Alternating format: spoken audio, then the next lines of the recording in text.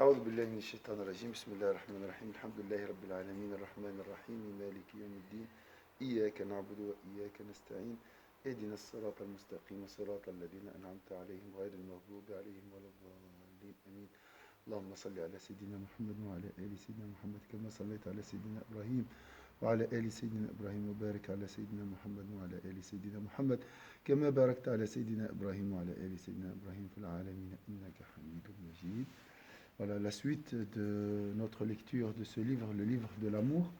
Et la question est la suivante. Si tu demandes, un homme ne souhaitant pas la mort, peut-il aimer Dieu? فإن قلت من لا يحب الموت فهل يتصور أن يكون محبا لله? Est-ce que c'est clair ici? La question, si tu demandes, un homme ne souhaitant pas la mort, euh, peut-il aimer Dieu? Je répondrai que la répugnance à mourir peut avoir deux motifs. فأقول كراهة الموت قد تكون لحب الدنيا والتأسف على فراق الأهل والمال والولد وهذا ينافي كمال حب الله تعالى. Alors, je répondrai que la répugnance à mourir peut avoir deux motifs. On peut répugner à mourir pour tout d'abord parce que l'on incline pour ce monde et que l'on regretterait de devoir quitter les proches, les biens et les enfants. Ce sentiment va à l'encontre de l'amour parfait. Donc quand même il y a de l'amour d'Allah. Kamal al-hub. De l'amour parfait de Dieu.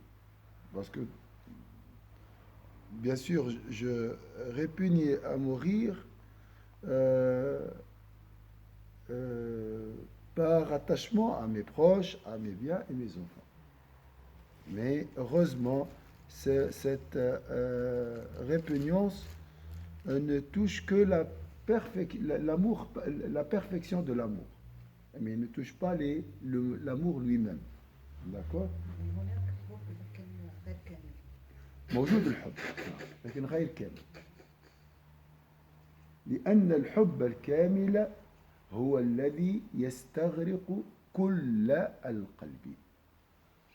Mais c'est logique, puisque l'amour parfait est celui qui prend possession de tout le cœur. Amour parfait, cœur entièrement absorbé par cet amour.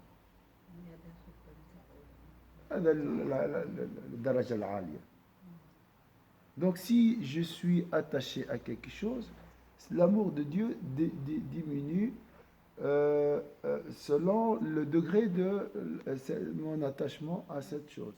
D'accord? C'est logique. 80% d'amour d'Allah, 20% d'amour des altérités. Si je travaille plus, ça devient 90%. Et si je... Voilà. Et on grimpe. Et si je laisse, l'amour diminue.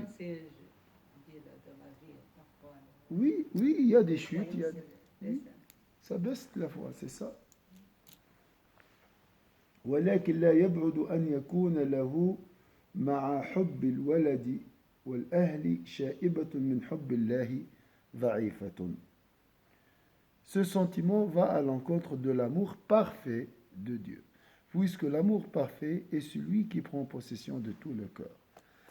Il se peut néanmoins que l'individu associe à son inclination pour les proches, les biens et les enfants un faible amour pour Dieu. Je répète, il se peut néanmoins que l'individu associe à son inclination pour les proches, les biens et les enfants un faible amour pour Dieu. فإن الناس متفاوتون في الحب. فإن الناس متفاوتون في الحب. Parce que l'amour que les gens portent à Dieu est variable en degrés. Je répète, parce que l'amour que les gens portent à Dieu est variable en degrés. C'est logique.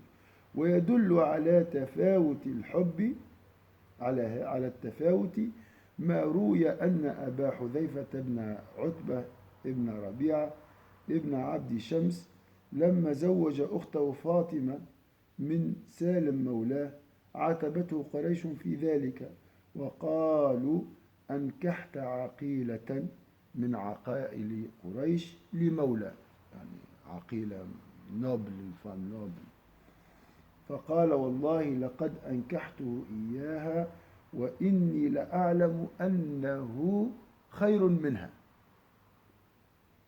فكان قوله ذلك أشد عليهم من فعله فقال وكيف وهي أختك وهو مولاك هو خادمك وهي أختك وهي شريفة فقال سمعت رسول الله صلى الله عليه وسلم يقول من أراد أن ينظر إلى رجل يحب الله بكل قلبه فلينظر إلى سالم هذا رجل يحب الله بكل قلبه يعني ما فيش مكان لحب غير الله في قلبه Lorsque Hudhayfa ibn Utba ibn Rabi'a ibn Abd Shams voulut marier sa sœur Fatima à Salim, un ancien esclave affranchi, les gens de la tribu de Quraysh lui en firent le reproche. Quoi? Diront-ils. Marieras-tu une pure Qurayshite à un esclave affranchi? Il leur répondit, par Dieu, je les ai mariés tout en sachant qu'il vaut mieux qu'elle. Sa réponse leur fut plus amère encore que son action. Ils s'étonnèrent. Comment peux-tu dire cela alors qu'elle est ta sœur et lui ton ancien esclave? J'ai entendu, répliqua Abu Hudhayfa, l'envoyé de Dieu sallallahu alayhi wa sallam, dire si un homme veut voir quelqu'un qui aime Dieu de tout son cœur, qu'il regarde celle. Donc c'est ça. Si un homme veut voir quelqu'un qui aime Dieu de tout, 100% de tout son cœur, qu'il regarde celle. Donc il y a des degrés d'amour. فهذا يدل على أن من الناس من لا يحب الله بكل قلبه. Ce récit démontre que certaines personnes n'aiment pas Dieu de tout leur cœur. Il y a des gens qui aiment Allah de tout leur cœur, il y a d'autres qui n'aiment pas Allah de tout leur cœur. C'est logique. C'est vrai ou pas? Ça nous arrive. Non, on ne sait même pas ce que c'est ça. Oui, c'est un degré très haut, c'est juste. Mais des fois, subhanallah, peut-être tu passes par des phases où tu ressens vraiment un amour qui envahit presque, je dis totalement ton cœur. Ça ne dure pas longtemps. Après, on revient à la dunya, on revient. C'est bien. Hein? Si on passe. Si on passe. فيحبه ويحب أيضا غيره فلا جرم يكون نعيمه بلقاء الله عند القدوم عليه على قدر حبه وعذابه بفراق الدنيا عند الموت على قدر حبه لها. Alors, 80% d'amour pour Allah dans la vie d'ici-bas, 80% de joie lors de la rencontre d'Allah dans la vie de l'au-delà, 20% d'attachement à la dunya dans la vie d'ici-bas, 20% de souffrance pendant la mort. C'est très logique. On ne peut pas discuter ça. Vous êtes d'accord? C'est logique, mais ça fait pas. Ah oui, ça c'est autre chose. Tout d'abord, on doit comprendre, après on règle les autres. Ce récit démontre que certaines personnes n'aiment pas Dieu de tout leur cœur. Ils aiment Dieu mais ont également d'autres objets d'amour. Aussi le plaisir que l'homme éprouve lorsqu'il rencontre son Seigneur doit-il être à la mesure de son amour. Donc le plaisir de la rencontre que l'homme éprouve lorsqu'il rencontre son Seigneur doit-il être à la mesure de son amour. Comme j'ai dit, 80% d'amour pour Allah dans la vie d'ici-bas, 80% de joie lors de la rencontre d'Allah. Et la douleur qu'il éprouve à quitter ce monde doit-elle être également à la mesure de son inclination pour celui-ci. Voilà. C'est pour ça, je dis, la majorité des gens souffrent pendant la mort. Hein? Parce que la majorité des cœurs sont, à un degré bien sûr, attachés à la vie d'ici-bas. C'est pour ça qu'on voit que les pieux, ils sont toujours très, très humbles.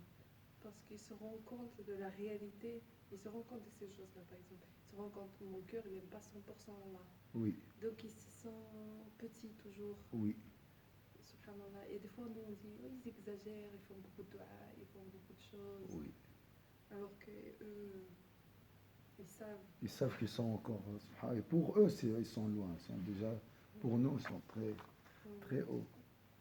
Donc, ça, c'est la première chose qui nous pousse à répugner la mort. وأما السبب الثاني للكراهة فهو أن يكون العبد في ابتداء مقام المحبة. Donc la première cause c'est quoi? La première cause qui nous pousse à répugner la mort, السبب الأول الذي يجعلنا نكره الموت حب الدنيا. والثاني هو أننا غير جاهزين مستعدين. Une seconde cause peut faire que le serviteur répugne à mourir, qu'il soit parvenu depuis peu à la station de l'amour. Donc c'est un nouveau repentant. Une seconde cause peut faire que le serviteur répugne à mourir, qu'il soit parvenu depuis peu à la station de l'amour. وليس يكره الموت وإنما يكره عجلته قبل أن يستعد للقاء الله. Alors, dans ce cas, il ne répugne pas à mourir à proprement parler, mais il répugne à ce que la mort vienne trop vite et qu'il n'ait pas le temps de se préparer à la rencontre de Dieu. فذلك لا يدل على ضعف الحب. فذلك لا يدل على ضعف الحب. Cela ne dénote donc pas que l'amour d'un tel individu est faible. وهو كالمحب الذي وصله الخبر بقدوم حبيبه عليه فأحب أن يتأخر قدومه ساعة ليهيئ له داره. Il est en fait comme un amant qui aurait été informé de la venue de sa bien-aimée et aurait souhaité retarder la rencontre d'une heure, le temps qu'il prépare sa demeure et tous les effets nécessaires à son accueil, afin de pouvoir la retrouver pleinement disponible. Ne pas avoir le cœur pris par des préoccupations secondaires et être libéré du poids de toute entrave. فيلقاه كما يهواه فارغ القلب عن الشواغل خفيف الظهر عن العوائق فالكراهة بهذا السبب لا تنافي كمال الحب أصلا Maintenant, وعلامته. C'est ça. Et on peut dire, oui, je suis du deuxième groupe. Non. Non.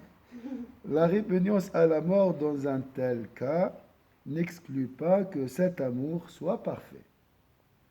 Le signe qui permet de de le reconnaître est que l'individu est assidu dans son action, l'assiduité, et qu'il se consacre entièrement aux préparatifs de la rencontre.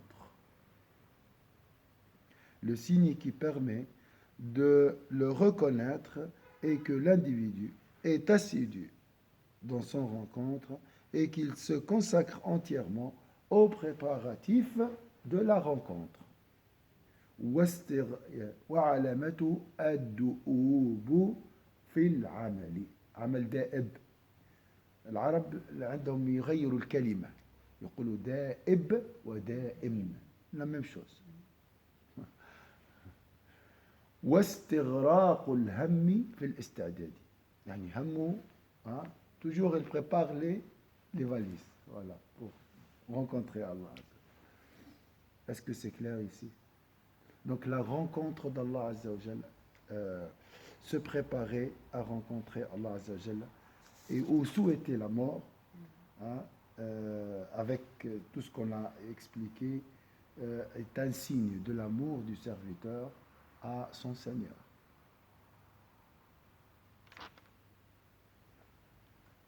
C'est juste, on parle ici, oui, l'amour du serviteur à son Seigneur. Quelle heure est-il maintenant? Ah oui, voilà, 10h30. On va laisser un quart d'heure pour un peu adoucir, Inch'Allah, ce cours qui est très intense, avec un peu de la foi musulmane, Inch'Allah. Un quart d'heure. Un autre signe de l'amour, on va voir ça la prochaine fois. Gardez les post-it. Ça, c'est lourd. C'est lourd. Subhanallah, il y a bon, certes, je sais que toi, t'aimes pas trop ça, mais il y a une série en YouTube de Razali. Oui. Tu l'as vu? Tu le connais? J'ai vu le film, moi, tu te rappelles? Oui, non, c'est une série. Il y a 30 épisodes, 32, je pense. En arabe? En arabe. Oui, il y a quelqu'un m'a parlé de ça. Oui. Et moi, je les ai vus parce qu'il y a une amie qui l'a vu, m'a dit « Ah, ça me fait penser à toi ». Et elle m'a envoyé, je dis « Je vais voir ». C'est intéressant pour voir le contexte historique. Ah oui, oui, oui. Parce que moi, je connaissais, quand tu disais toujours l'époque de Razali, c'était vraiment pire que maintenant. Moi, je ne comprenais pas ce que tu disais, j'imaginais pas. Oui.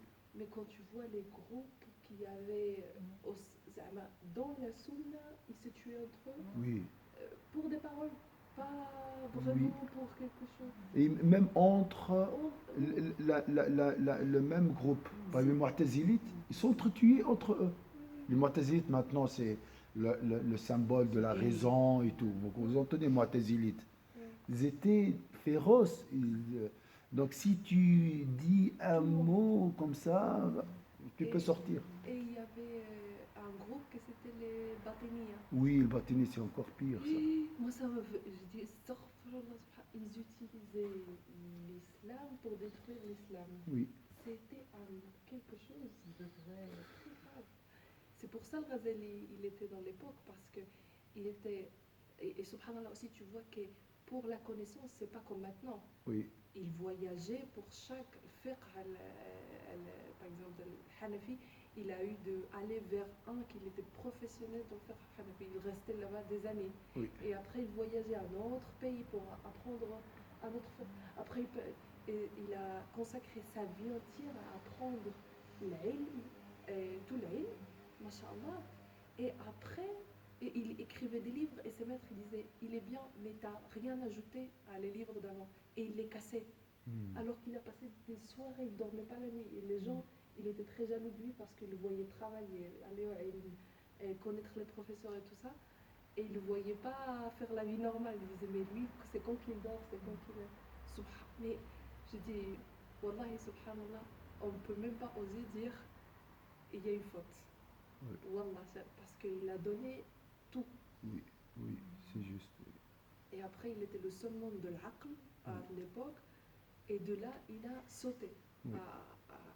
Avec Il a passé à le autre cœur. chose. Parce que lui, toujours, il disait non, le cœur, il est bien avec vous. Le cœur, il est bien. À la fin, c'est lui qui dit le. Oui. Oh, ça, mais c'était trop dur. C'est كما Oui, oui, c'est العمل الدؤوب. oui. العمل الدؤوب, oui. Avec العمل Non, on fait الدؤوب, un petit peu, on dit, on a fait. il faut la constance. La constance, voilà. Et sur sa femme, je ne sais pas si c'est vrai.